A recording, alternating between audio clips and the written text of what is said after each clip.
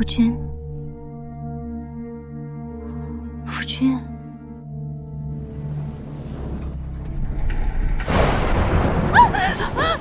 你是谁？娘子，娘子，走开！放开我！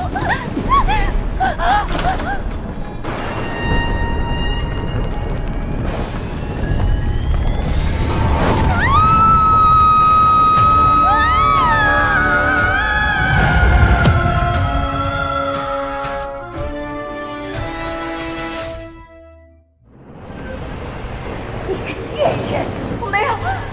阿离，你个下流无耻的贱人！阿离，阿离，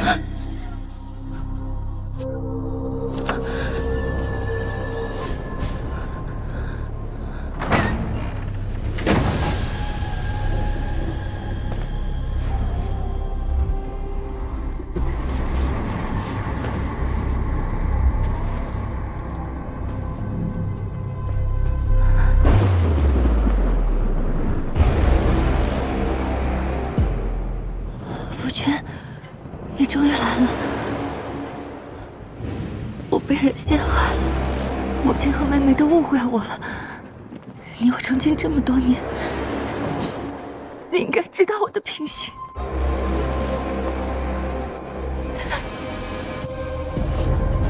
夫君，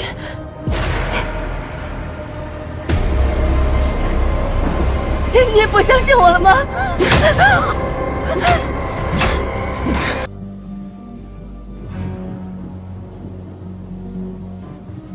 说你脏，你还恼了？过来吧。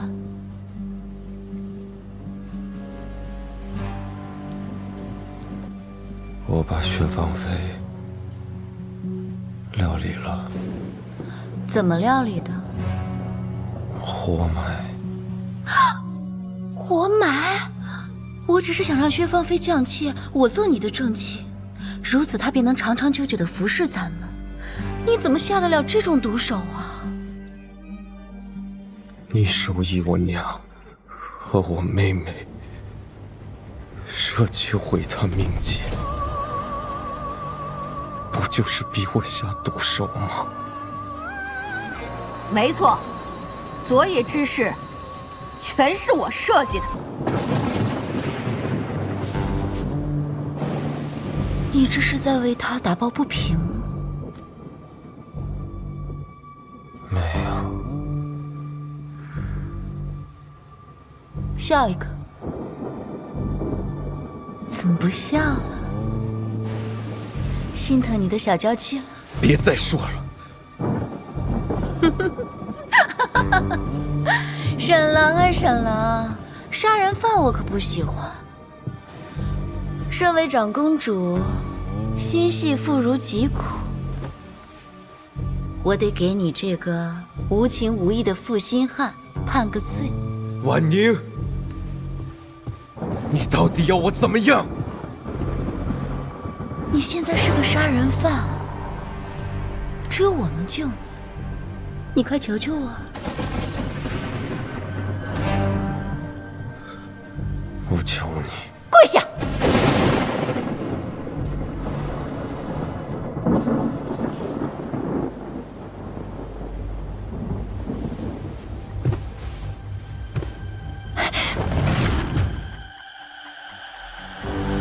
乖，快跟我说说，你的小娘子被埋进土里的时候是怎么样的呀？是破口大骂呢，还是跪地求饶啊？亦或者还爱着你，甘心赴死啊？你别再逼我，大不了我们一起死。你舍得我死吗？啊？你舍得吗？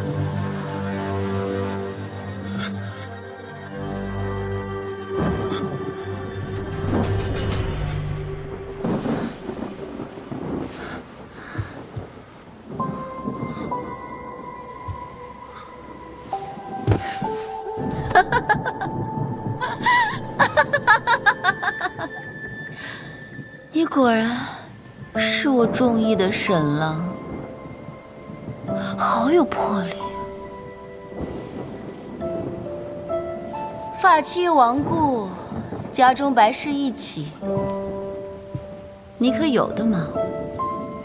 快别在我府里跪着了，赶紧回家吧，我的驸马。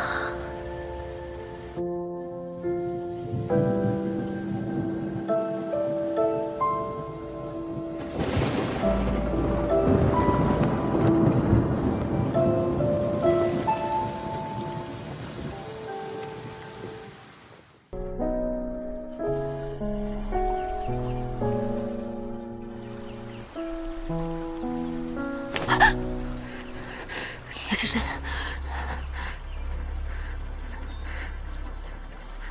干什么？走开！娘子，姐姐，你别害怕，我叫江离，她是我的侍女童儿，我们是来帮你的。刚刚你晕倒在河边，你还记得吗？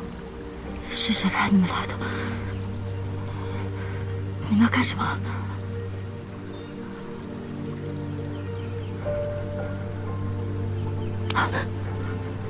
不是啊，你真有意思。这位是相国家的千金，怎么可能会害你啊？姐姐，你伤势如何了？喝点水吧。姐姐，你别怕，我们不是坏人。走，走开！走，走，走！你先冷静冷静，我们去给你找些野果子吃。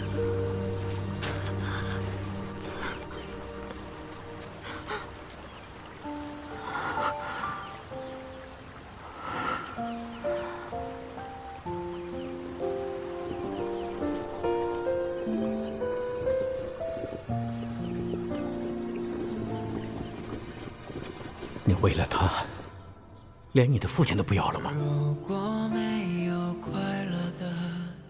爹，你就成全我们吧。薛公，我以性命担保，只要我沈玉荣活一天，就不会让阿离受半点委屈。京城的关一张口，吞了肉，吐不出骨头啊！阿离伴我在寒窗下寂寂无名数年，而今我有了扬名之处，必将修身成术，替阿离遮风挡雨，请薛公放心。爹，你就成全姐吧。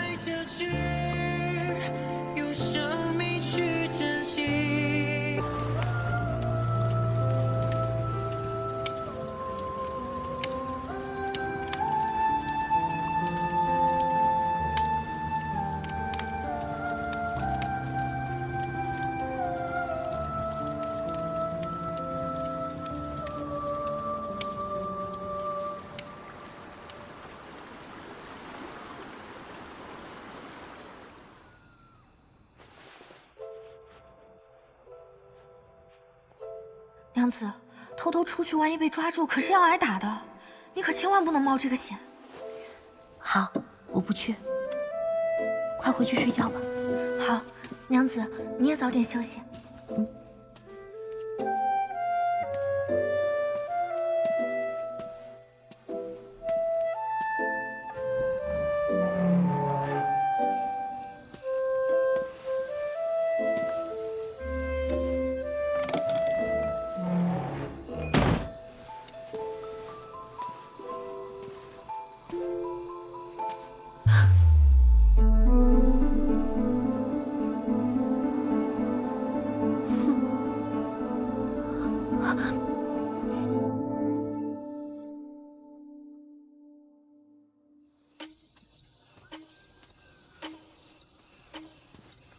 深夜擅自出逃，江离，你要去做什么？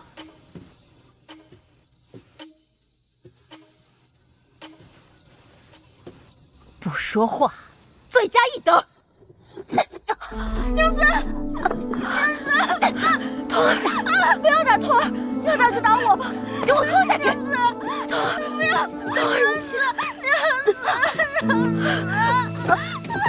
告诉我，是不是出去要会你的情郎？没有，还敢嘴硬！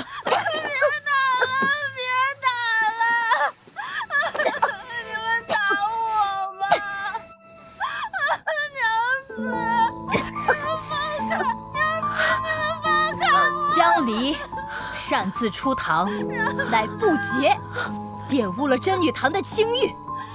你们给我一个一个的去打！你们打我吧，打我吧！求你，娘子，娘子，别想好过！别打了，别打了！你们打我吧！你来打。过来！放开我，娘子！打！别打！我求你，别打！娘子，让你们参与刑罚，便是要警醒你们：凡不洁者，人人都得罚，人人都必须打。给我狠狠的打！不再打了！娘子，别打了！别打了！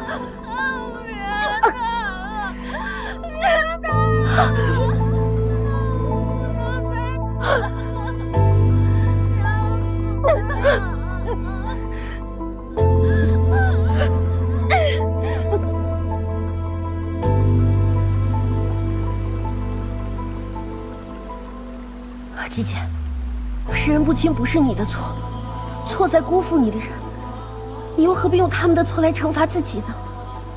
不管发生什么事情，活着才是最重要的，活着才有重新开始的机会。那些人怕什么？怕你活着，怕你我耳听目明的活着，看他们的下场。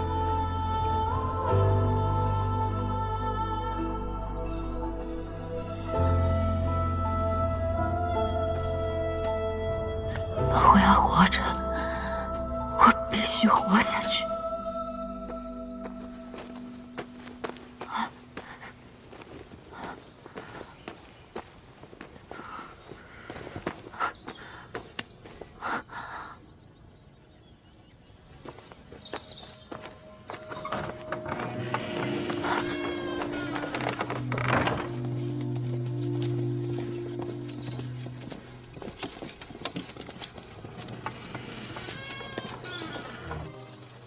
大家都去采果子了，那江家娘子怎么不去呢？昨天被打成那样了，哪还下得了床？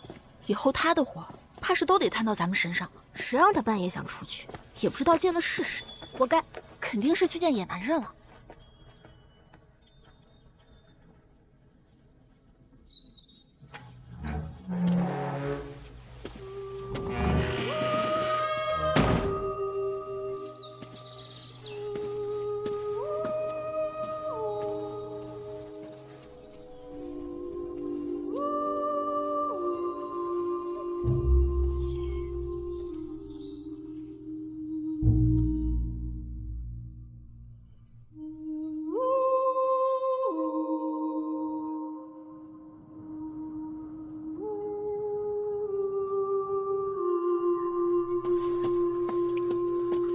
童儿，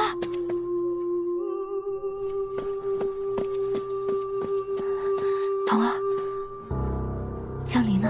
要不是因为给你送吃送喝，娘子能变成现在这样吗？你出去！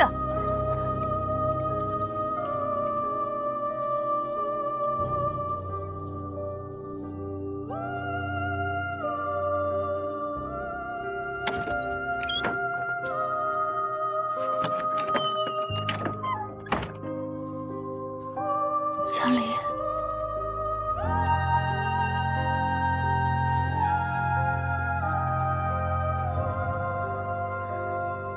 江离，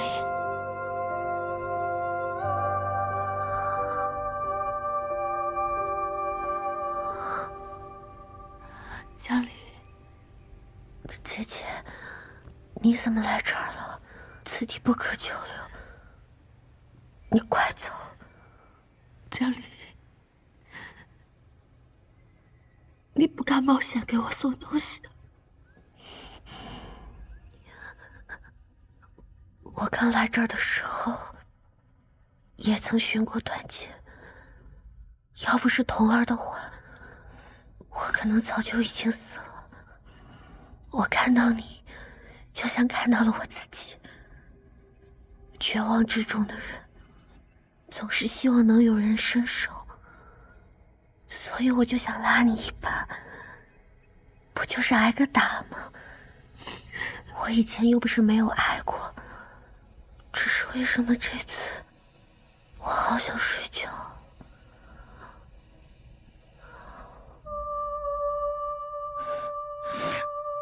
江离，姐姐，我是不是快不行了？江离，你撑住，我这就下山，我去找江家人，让他们来接你。姐姐，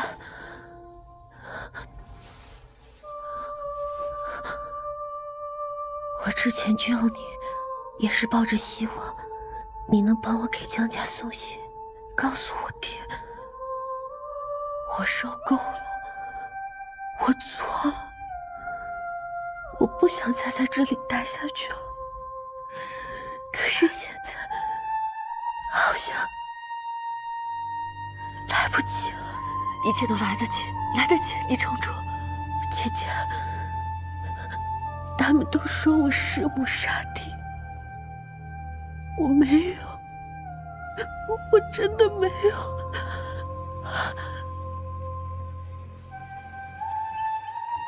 娘，我给你泡菊花茶。那日我拿着种的菊花去给母亲看，母亲说好看，我便想带着母亲去芳菲院赏菊，给她泡菊花茶。娘，你要去哪儿？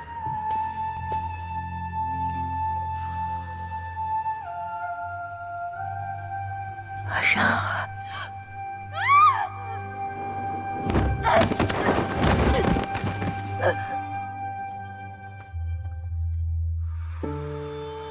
快人呐！快把夫人给扶起来！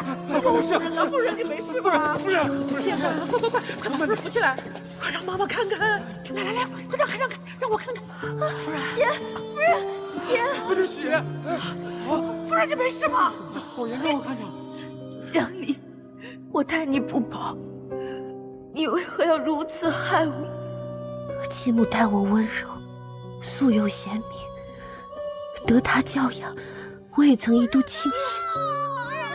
可我万万没想到，那一日，她竟用一句话，将弑母杀弟的恶名扣在了我的头上。之后，我被关在真女堂10年，整整10年。无论我如何辩解，没有人理我，没有人信我。我相信你，我相信你不是这样的人。姐姐，我把我所有的事情都告诉了你，我只求你帮我一件事。求字不许提，是你拉我出了泥潭，无论什么事我都会应。这10年，我从来没有离开过真女堂，江家的人也从来没有问过我，看过我。可能在他们心中，我早就已经死了。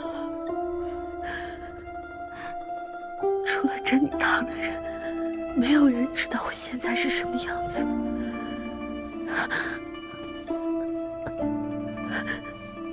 这个簪子是我阿娘给我的，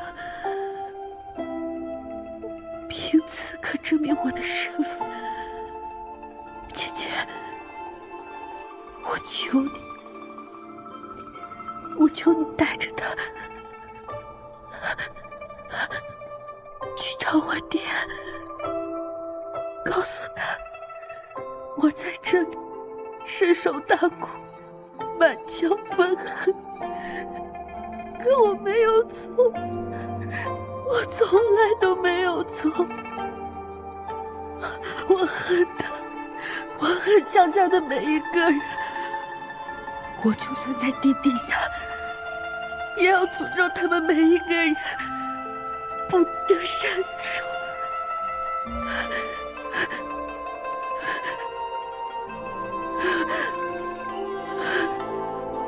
江离，你说过的，只有活着才能报仇。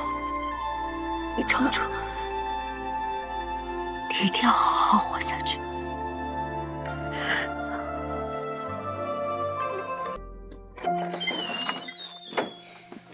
大白天的躺在这里不干活，装什么装？起来！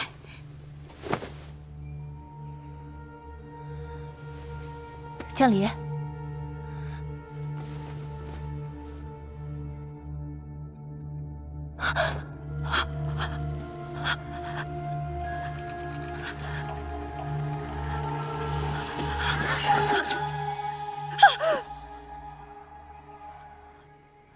你是谁？我是你的恩人。胡说八道！你跟江离是什么关系？你现在该关心的，应该是躺着的这位吧？好啊，原来是你弄死了官家千金，我这就去报官。你忘了吗？江离是被你们打死的。官府也要人证，我们这里所有的人都可以作证。人是你这个擅自闯入真女堂的外人给弄死的，所有人证加起来，也抵不上他一个。过来，你自己看。你看，死人是不会说谎，他身上伤痕百道，陈年旧伤更是数不胜数。胡作验尸时，你真女堂如何摆脱？你放开我！他日江家人领回尸体，你等都要被绑起来跪他的灵堂。放开我！当朝中书令千金死于真女堂，你觉得你们真的能逃得了吗？我有一个两全其美的法子。什么法子？从今天开始，我就是江离。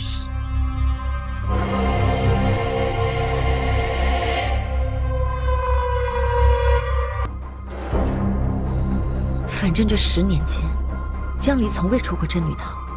10年了，她长什么样子，别人早就忘记了。这真女堂又是你说了算，你一声令下，谁敢不从？可是，你图什么？瘦死的骆驼比马大呀。她可是当朝中书令太师之女，总好过我这个农野村妇吧。说不定江家人哪天想起我这个女儿来了，我就能享受荣华富贵了。成交吗？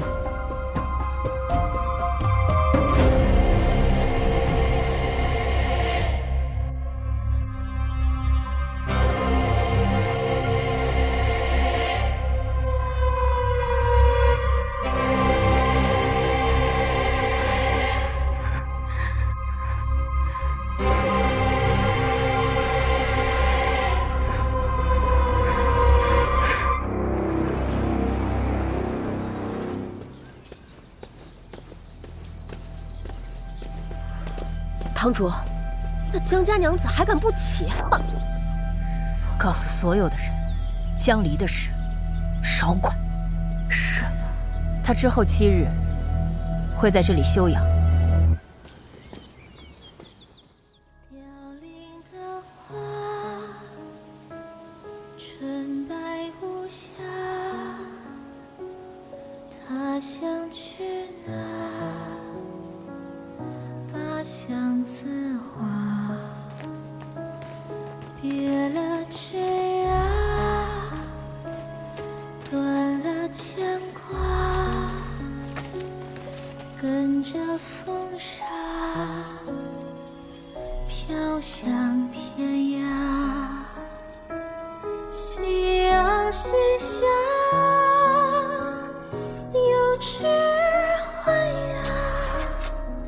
想要闻香的一句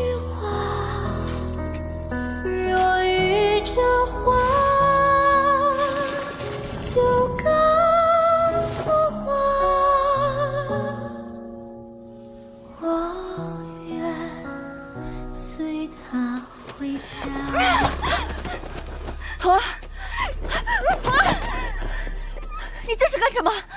要不是因为你，我们家娘子也不会死。没想到你忘恩负义，竟然还敢霸占她的身份。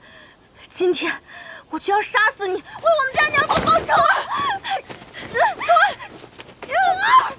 童儿，你以为把我和堂主杀了就行了吗？那些把梨儿送到真女堂的人呢？那些10年间对她不闻不问的人呢？你以为他们就会悲伤愧疚吗？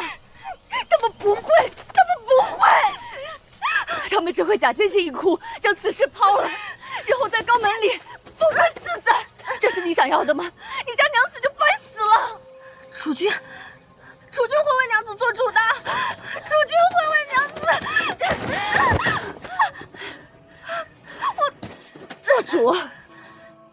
江相国10年间对他女儿不闻不问，眼下死了，一了百了，反倒起了心为他做起主来。且做主又能如何？封了这真女堂，把梨儿的身子带回去风光大葬，那还不是让她一生无名，又埋了秽土？那回去呢？给她那位继母争一个不计前仇的美名。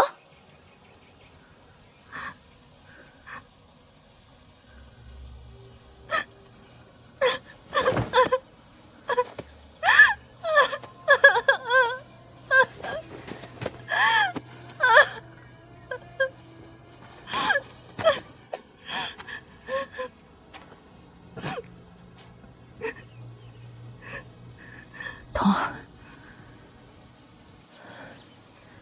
我的确需要江离的身份。你到底想做什么？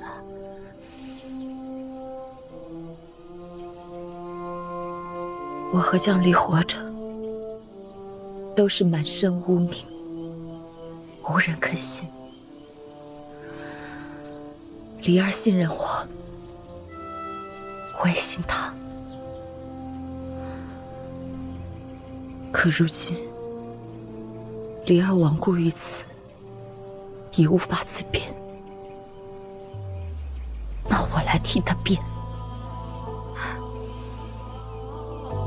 他们不是以为我们一辈子都活在污名之下吗？那让他们好好看看，我和你怎么从这一滩污名里踏出去。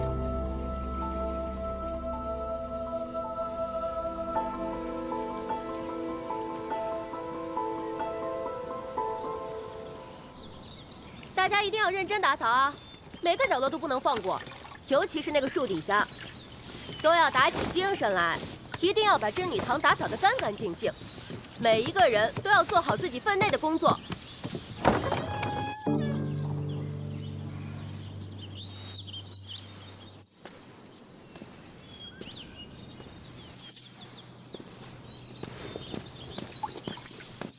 童儿，童儿，你怎么出来了？我看你一个人拾柴太辛苦了，明日我陪你一起去。堂主说过，你暂时不能出这个院子。我再也不敢碰了。我让你好奇，再也不敢。说了那个灯笼，只有堂主可以碰，让你不听话，让你不懂事。别看了，快点走吧，一会儿被发现了。为什么灯笼不能动了？真女堂有规矩，不可点灯夜行，只有祠堂外才能点灯笼，所以点灯笼的人只有真女堂堂主，旁人绝不可动。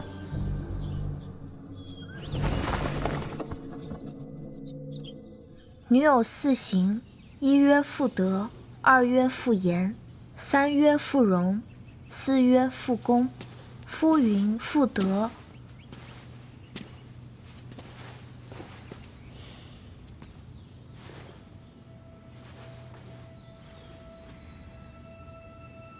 女工不错，平日里做多了，就练出来了。再过些日子，我会打点好一切，告诉所有人你就是江离，你便可以出现在所有人面前。谢堂主。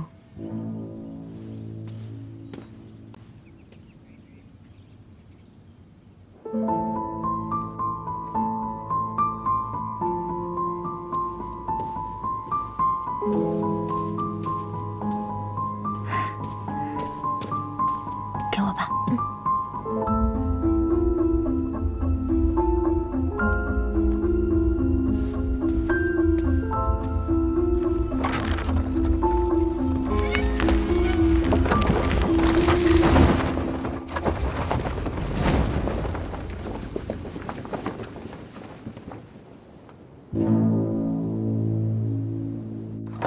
但叫男而不叫女。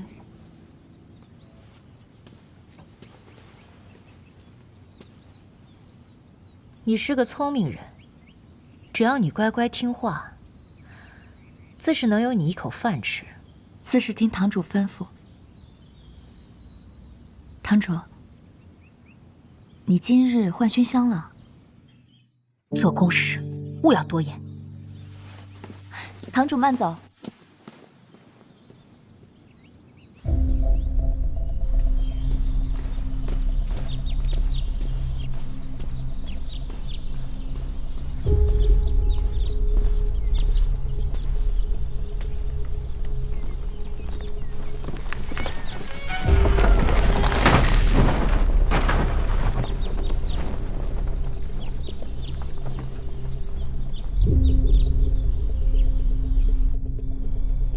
虚11刻，躺卧身定，遐思不眠，视为不洁；漏夜行动，视为不洁。虚11刻，躺卧身定。真女堂守备森严，我和娘子在这里住了10年，都没能找机会逃出去。现在恐怕更难了。哎，你去哪儿啊？我想出去透透气。不行，现在出去视为不洁，是要被打的。大家现在都熄灯睡觉了，我悄悄跑出去，应该不会被抓吧？真女堂有深夜不能外出的规定，是因为以前有一个真女深夜偷溜出去私会情郎，结果摔下山崖死了。可她老是阴魂不散，整夜纠缠着真女堂。后来又有一个真女贪玩偷溜出去，结果碰到了那个女鬼，被吓得没了半条命呢。这怕不是为了不让你们出去瞎编的吧？不是，是真的。那个真女记得清清楚楚，那个女鬼也穿的是真女的衣服，而且个子高高的，可吓人了。高个子女鬼。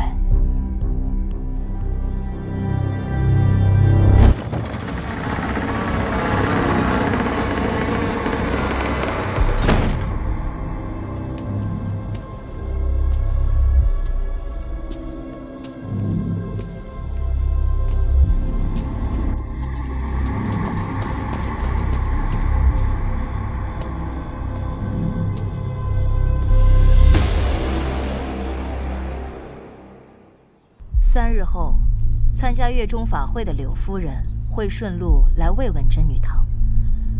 由于路途遥远，柳夫人会在这里住1夜。这几日你吩咐下去，务必把真女堂收拾干净，好让柳夫人住得舒服。知道了。柳夫人到来之日，让他们2个好好待在屋里，不得随意出入。以免污了贵人的眼。是。户部侍郎柳元丰的夫人。童儿，你知道柳夫人？如果我没记错的话，她曾经是我们家叶夫人的好朋友。你头上的这支钗还是她送给我们家叶夫人的。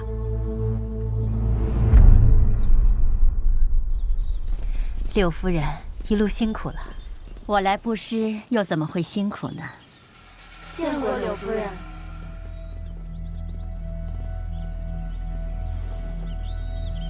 真女堂这般上下齐整，实见堂主用心了。我贸然来访，恐打扰你们了。岂敢岂敢，夫人惠礼，我等感激不尽。厢房已经备好，还请夫人委屈一晚。这边请。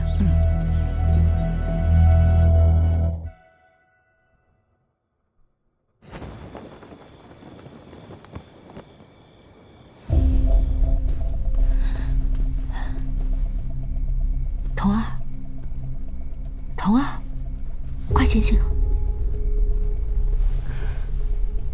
今天晚上是我们唯一能够离开这儿的机会。怎么离开？柳夫人。可柳夫人一直都知道娘子在真女堂，平日里也不见她过来问候，况且，若是江家不发话，他能带咱们走吗？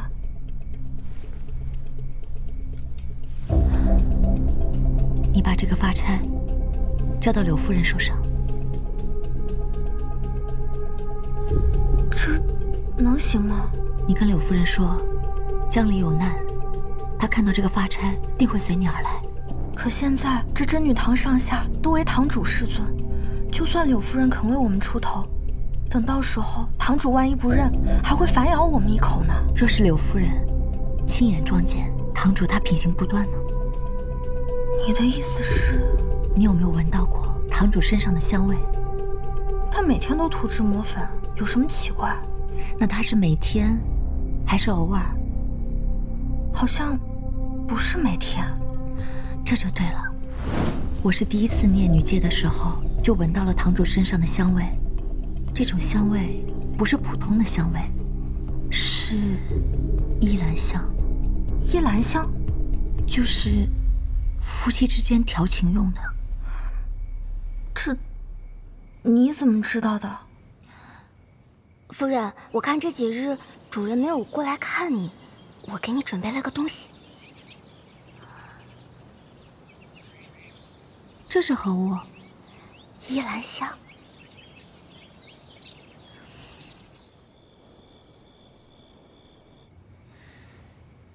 堂主身上出现调情香，灯笼就会出现在今夜的高度。堂主身上没有香味，灯笼就不会挂这么高。原来这灯笼还有含义呢。真女堂附近是不是有个鹤灵观？对，在对面的山上。那天溜出去帮你拾柴的时候，我特意往山脚鹤灵观的方向走，发现当灯笼挂在高位时，对面山上就能看到灯笼，而灯笼在低位时就看不到了。之前我去鹤灵观上过香，那里每隔一晚会有一次法会，有法会的时候，堂主身上就会出现调情的香。这时山上就可以看到升到高位的灯笼，这说明什么？这说明那灯笼是去给鹤灵观参加法会的人看的。没错。可这又能说明什么呢？会不会只是一些巧合？不是巧合。有天我趁着他们外出采果子，故意把灯笼挂低了，你猜怎么着？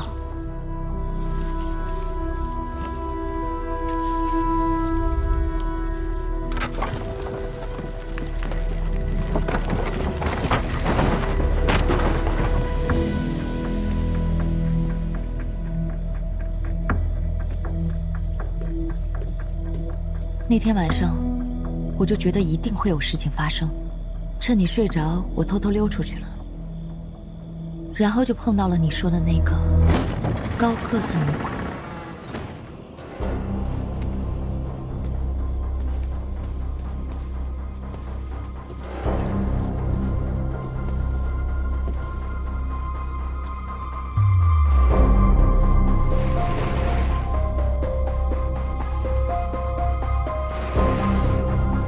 入夜不能出去，女鬼。原来这一切都是为了控制我们，好让她自己方便行事。可这要是在真女堂被抓住，是要被关大牢的。而且鹤灵观还有法会，堂主怎么敢在柳夫人来的时候喊？灯笼是我挂上去的。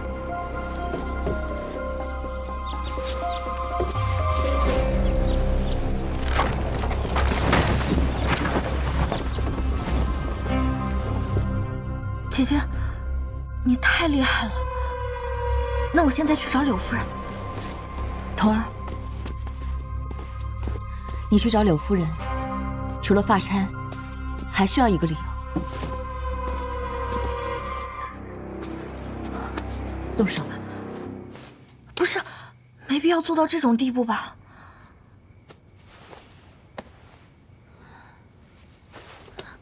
我们没有机会了。我身上没有江离的伤痕，戏要做足，才能撇清自己的嫌疑。为了江离，我们必须这么做。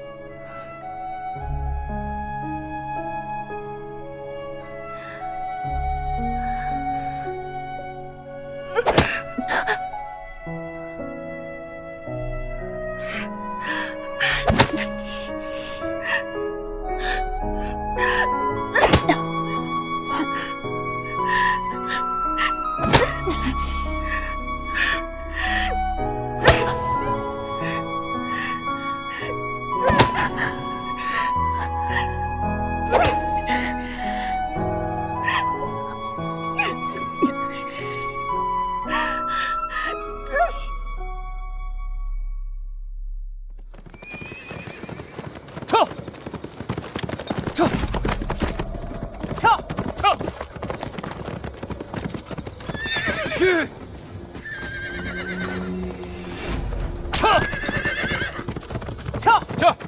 撤！撤！主君，前面就是真女堂了。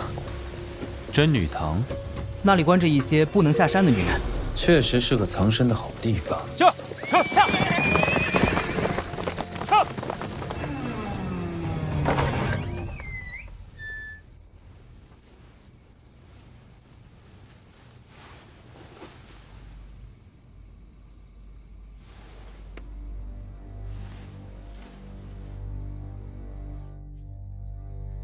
谁？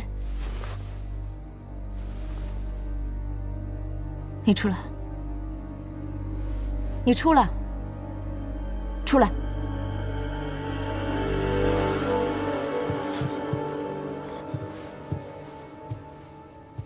女菩萨，我遭人迫害，还请女菩萨帮我一把。这里不是佛堂，我也不是什么女菩萨，你在这躲着，早晚会被发现。那个窗户后面就是后山林，快走吧，走啊！多谢。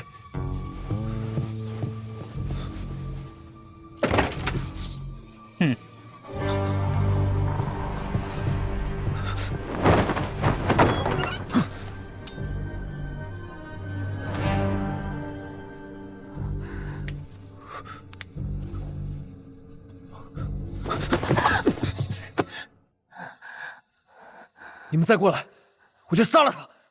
杀吧，正好再加一条杀人罪。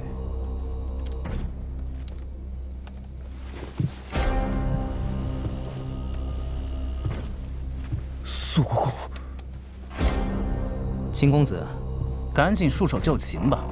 你贩卖私盐的罪，已经逃不掉了。你说什么？我听不懂。把私盐的来处交代清楚，害我主君从鹤林观追到这个破地方。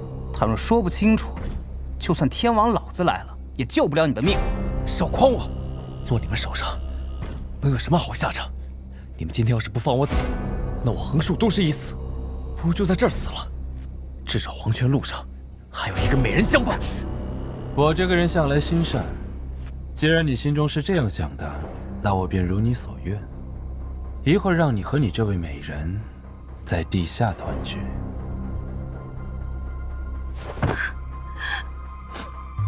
夫人，我们家娘子快要病死了，救救我们家娘子吧！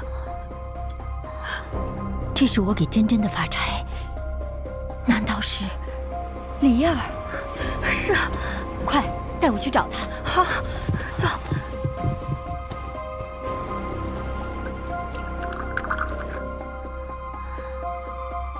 郎君，要不我们放弃吧？你在说什么？我说，要不我们放弃吧。苏国公已经追到真女堂了，如今又当场抓住了你我二人，我们还有什么好说的？你这个臭婆娘，在胡说什么？上面的人是什么意思？把我们逼到了绝路，你先把我放了，我们好好跟苏国公认个罪，些许还能活命。你到底是谁啊？郎君，我是你的同谋。动手啊！你在说什么？哦，闹了半天，原来你们是同伙。你赶紧杀，杀完了，我再带你走也一样。正好让我看看，你们是如何清理门户的。我现在就杀了他！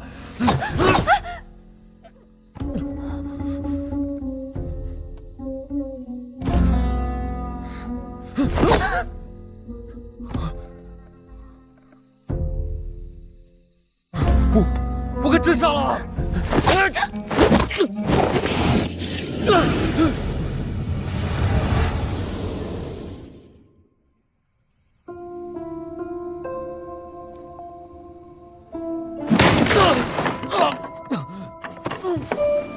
跪下！起来，主君，你再看看他，是不是很眼熟？娘子，看看这布。娘子，那楼上有人在看你。别的地方很难买到的。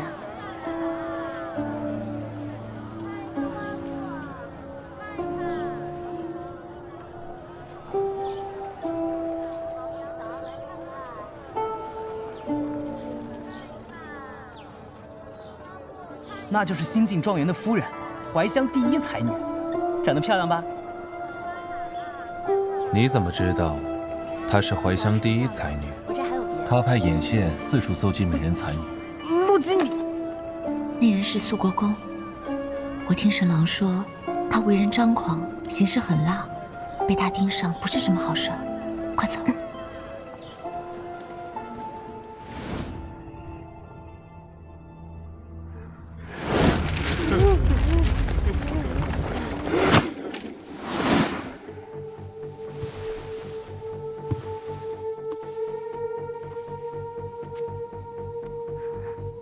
你不要告诉我，你姓薛。你认错人了。也是，死都死了，在山上做鬼有可，在山上做贼，倒是不可信。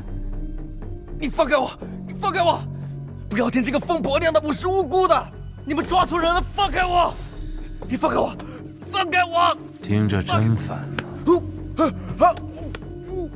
带回去，关起来。来人！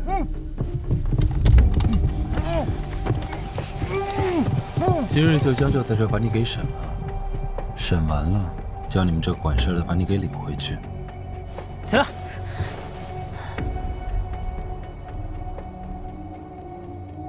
肃国公，你看不上我吗？嘿，你这个女人啊，还真是放肆啊！身在真女堂的女人，就干不出贩卖私盐的事吗？我知道的，不比那个人少。你带他回京受审，为什么不带上我？求我关你？你还挺有意思。在这个地方，肃国公不能对我刑讯逼供，不觉得施展不开吗？离儿，你在里面吗？离儿，若是今日我们没有进来，你想唱的是另外一出吧？你是在说你不姓薛？你带我回京审一审，便什么都明白了。你原本想唱的那一出，今日可看得见？肃国公想看，来都来了，把我绑起来，带出去，我唱给你听。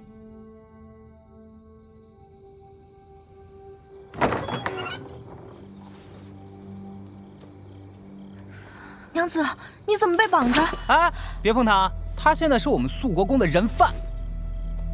怎么回事啊？到底怎么回事？柳夫人是吧？肃国公，我追拿朝廷要犯至此，或此女与人犯有同谋之嫌。如今此女，我要带回详审。肃国公，这里边一定有什么误会。童儿，这位夫人是娘子，这就是小时候常来看你和夫人的柳夫人呢。竟然是柳姨，柳姨，你真的，柳姨，救救我！我不是什么犯人的同谋，我被人陷害，百口莫辩，我不想被带回京城受审，救救我！好，好，好，你别着急。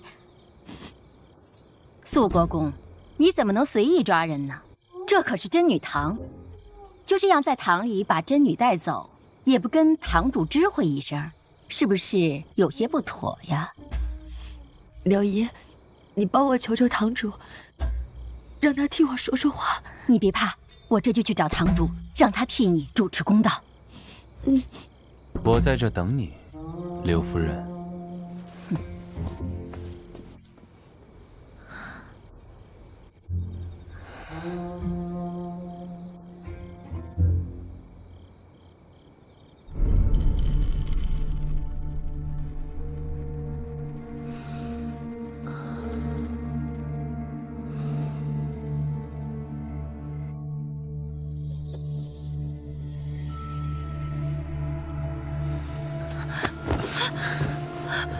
你怎么来了？你把灯笼挂得高高的，我自然便来了。灯笼，现在不行，有贵人来，你赶紧走。你起来，你赶紧走。哎，来都来了，我看过了，外面没人了。放开！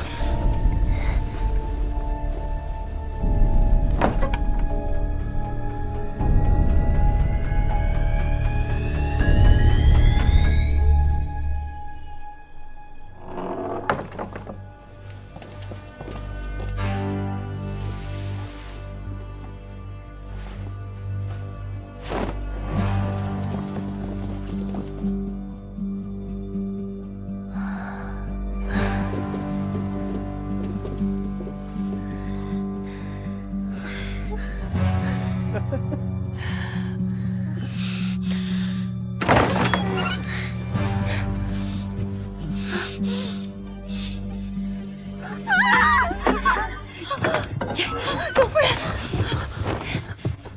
水性杨花，男盗女娼，雕凤弄月，荒淫无耻！来人，把这对奸夫淫妇给我拿下！你们两个，快点给我拿下！柳夫人，走，快点，跪下，跪下！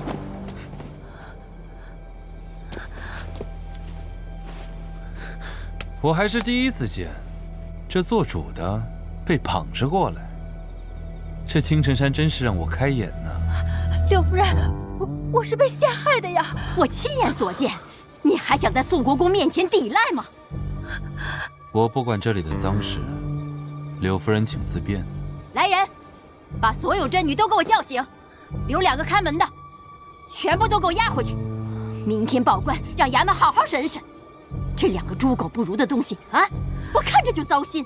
现在就给他们押走。是。不是这样的，不是这样的，柳夫人，饶我！柳夫人，柳夫人，柳夫人，我的人犯我可以带走了吗？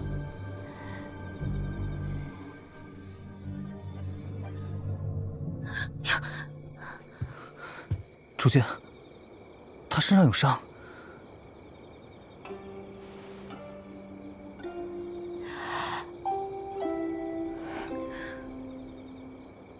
现在怎么办？带走还是？找个房间让他休息。另外，你过来。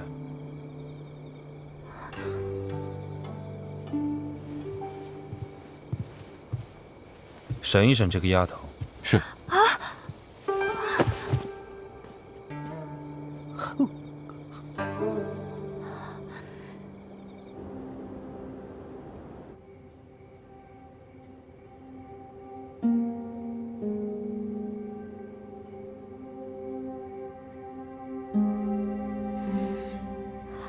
总算是醒过来了。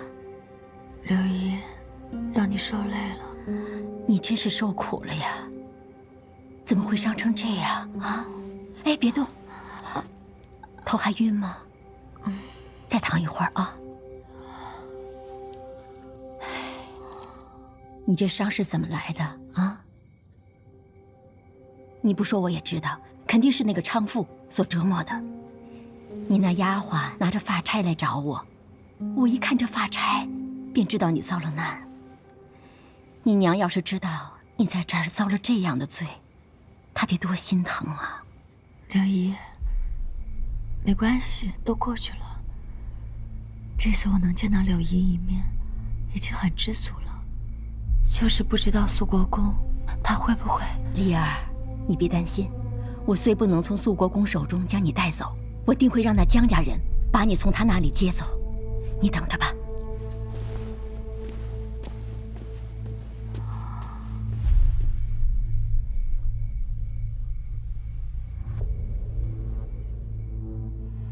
快点，快点！火并跟上！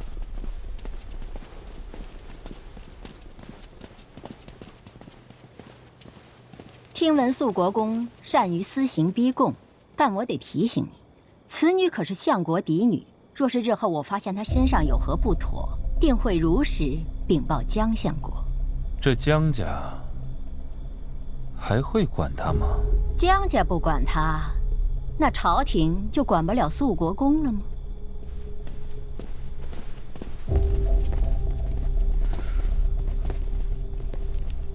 嗯，这柳夫人还挺厉害。说正事儿。哦，正事就是人醒了，带走吗？让他歇一晚再走吧，免得人说我苛待犯人。可秦公子都已经押走了，这犯人跟犯人不一样。准备纸笔，我要写封奏书。这真女堂，我也想凑凑热闹。是。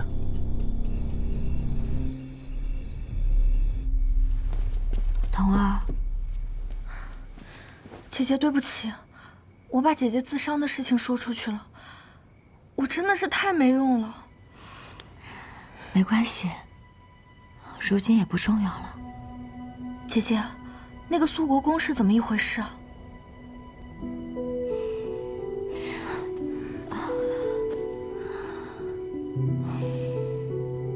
他是个意外。我听外面都在说要把姐姐带回京城去受审，这不挺好吗？将计就计，我们可以下青城山回京城了。可是姐姐，我们就算能回到京城，也回不到江家呀。而且，那个柳夫人真的会去江家吗？柳夫人不用去求江家。堂主与人苟合之事，已经给了柳公一个在朝堂上说话的口子。此事只要呈上朝廷，摆在圣上面前，江家就不得不把这个丢了10年的女儿想起来。江家位居高位，断不愿落个薄情寡义之名。所以，不管江家愿意与否，接江离回家这件事，他们不仅要做，还会做得风风光光。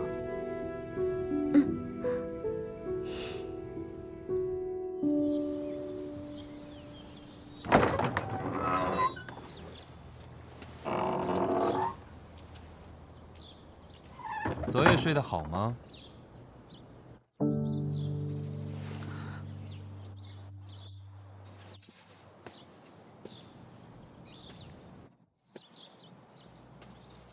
肃国公一夜没睡。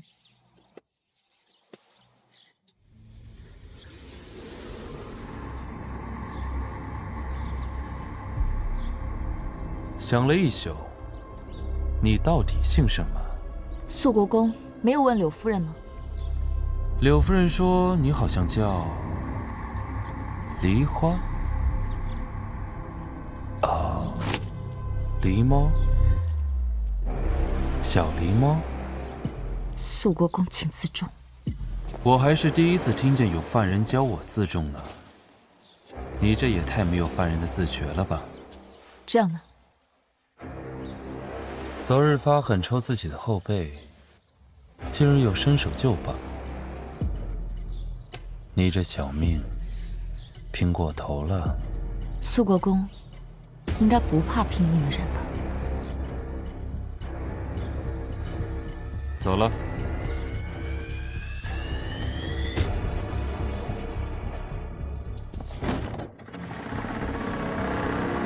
姐姐。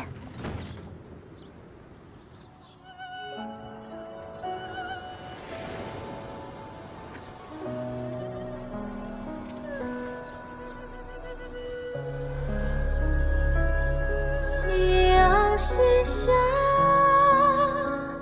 有智慧啊，想要问下的一句话。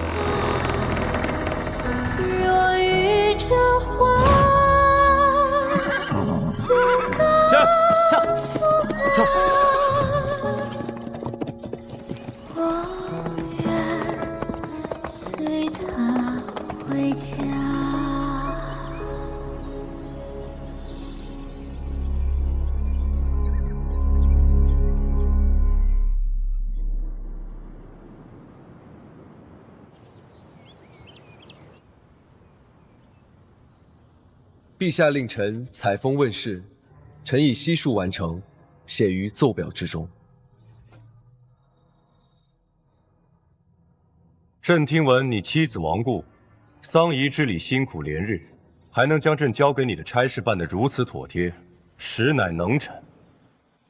回陛下，臣前些时日因家妻亡故，心中颇为伤怀，还要抽身回其母家处置后事，陛下所差未能尽善，臣迟出惶恐，还请陛下恕罪。人之常情，何罪之有？沈清与亡妻情深意切，又对其家人极尽孝道，实乃我朝典范。在朝百官当以此为例，凡有夫妻恩爱、治家守孝者，也当一应推举，为朝廷所倚重。谢陛下。江青，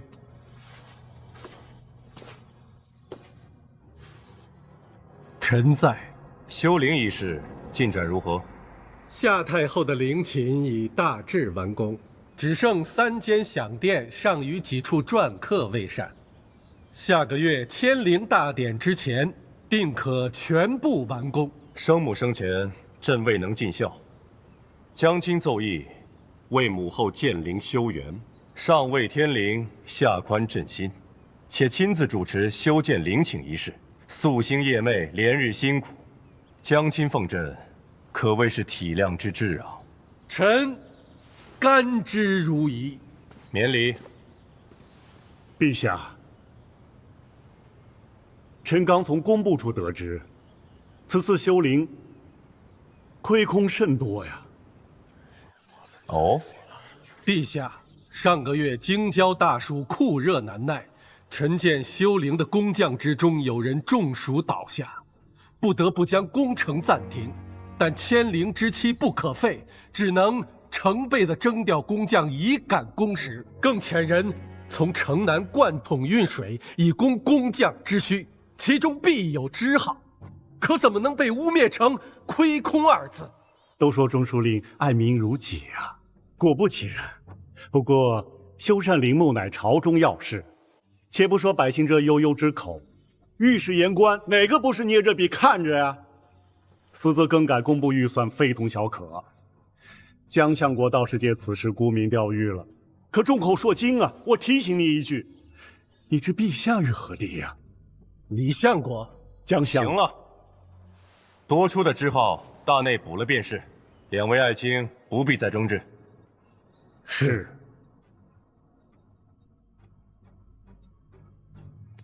柳青，臣在。青城山的真女堂，并非官筑的庵堂，也不是哪个官员私筑的学堂。可朕听说，这几年，京城的官员往那个地方捐粮捐物的甚多。就这么个地方，竟然发生如此荒唐龌龊之事！回陛下，家中夫人前去真女堂慰问，昨夜亲眼撞见，中书令千金江离可作证。此事断然不会有假。中书令千金，怎么会在真女堂？回陛下，小女之前犯下大错，故将其送往真女堂修行。江相国，这本应该是你的家事，我不该多问。令爱被送去山中，已经是很久远之前的事了，这还没接回来呀。多谢李相国柳公提点。我的家事自会处理妥当。我也是希望你父女早点团聚啊。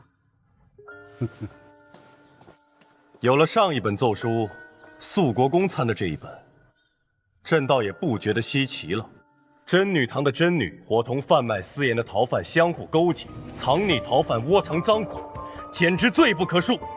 朕已命肃国公彻查此事，不管背后牵扯到谁，朕绝不姑息。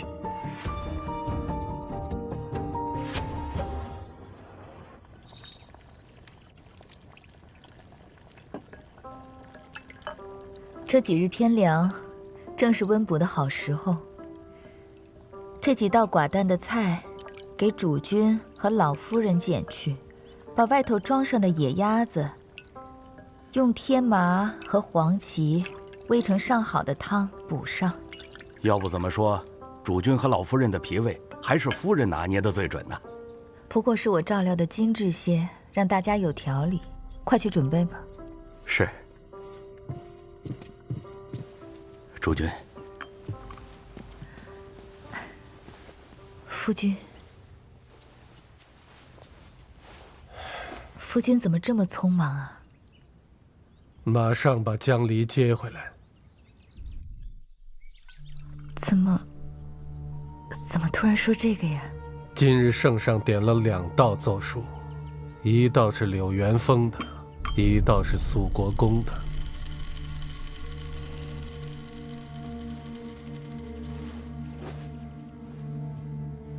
这柳公竟然将此事端到了圣上眼前，白白让夫君落了面子。这柳元丰是什么人？当年你父亲安插自己人进朝，掐了他的晋升之道，有此机会，他能不参江家一本吗？他参的还巧了。如今夏太后的陵寝将要竣工，正是圣上思念生母承尽孝道之时。圣上自幼亡母，又为太后不喜，这身世你是知道的。他柳元丰一道奏书，上戳圣上的痛处，下戳我江元柏的脊梁骨。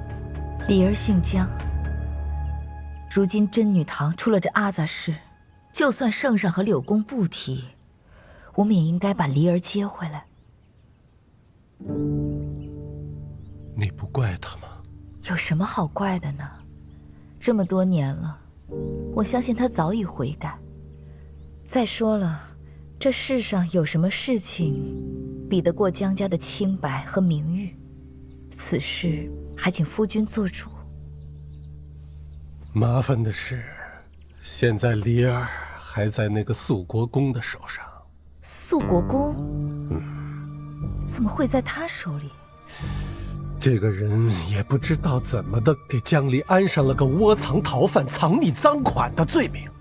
这个罪名一旦落实，用不着李仲南来破误，我们江家从此就再也洗不清了。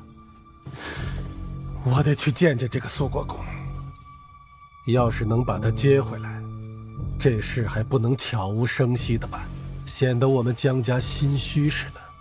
夫君的意思我明白。若是那肃国公肯放人，接回梨儿的事情，夫君就全权交给我来打理。咱们江家光明正大，热热闹闹的接回二娘子，这外头的人谁还敢嚼江家的舌根？夫人，你能有这样的胸襟，如此识的大体，我真是感慨。这么多年，承受最多的就是你了。当初梨儿对你做了那样的事，都过去了。若是夫君不提起，我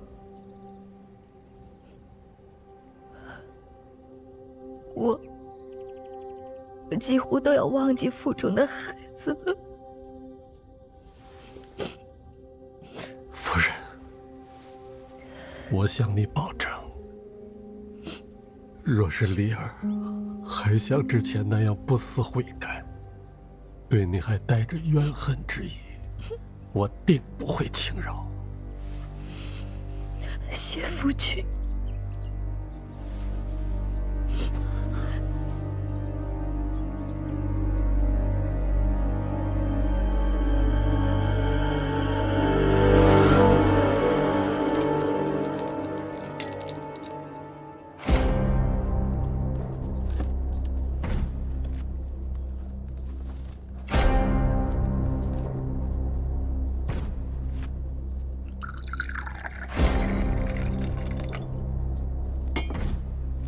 利用完了我，不打算给我一个交代吗？肃国公，你有什么想问？你姓什么？肃国公应该已经知道了吧？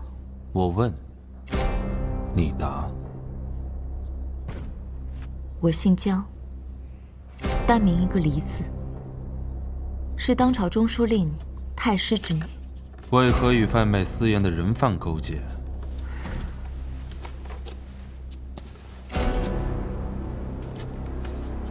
我骗了你。骗我？这么说不是勾结人贩，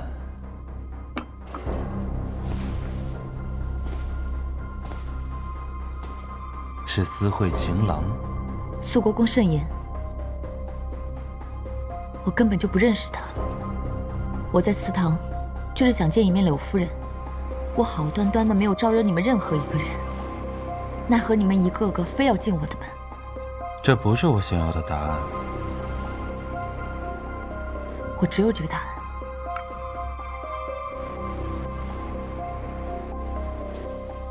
问不出我想要的答案，谁也走不出这间新房。也许我是个例外。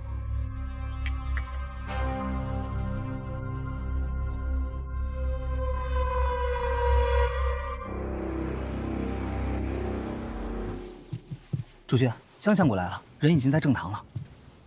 来这么快？他让属下给你带句话。什么？说若是敢屈打成招，他就举着官印去圣上面前参你。行，看来我这里他是住不了了。我们这一路上是不是被他给耍了？他故意让我们把他给抓回来，可这人抓回来了，审也审不得，问也问不得，活像是请了一尊神。把这当做一场戏来看，也不错。该如何处置他？请人照顾好他，毫发无损，等江家来接。可是我们府上没有女人啊。去把他的丫鬟接回来。主君，那江二娘子提了一个要求。说。她说想让你帮她安排一下见真女堂的几个人。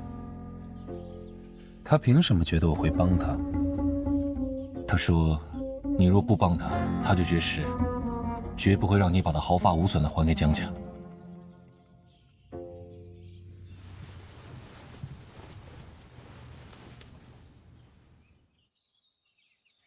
你们国公呢？主君刚问完了话，歇着了。我的女儿在哪里？我现在要见她。江相国不必心急，这江二娘子的事，主君已经问明白了，是个误会。这江二娘子啊，清清白白，毫发无损，只是受到点惊吓。主君让属下给江相国带句话，这江二娘子可由江家自行接回。肃国公没有别的话了？是还有2句。一句是江二娘子的事，江相国谢了圣上的恩就行了；另一句是江相国来府上接人的时候，他送江二娘子半副国公府的仪仗，护送江二娘子回家，以正江二娘子清白。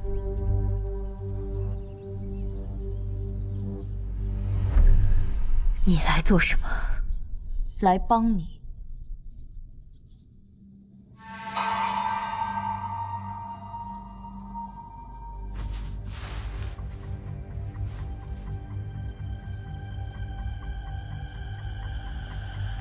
我算是因你之祸得福，现在马上就可以回江家了，所以我会保你不死，仅此而已。那是自然。不过，你们要把江离之事彻底咽回肚子里。我可是为了你好，此案马上就要审理。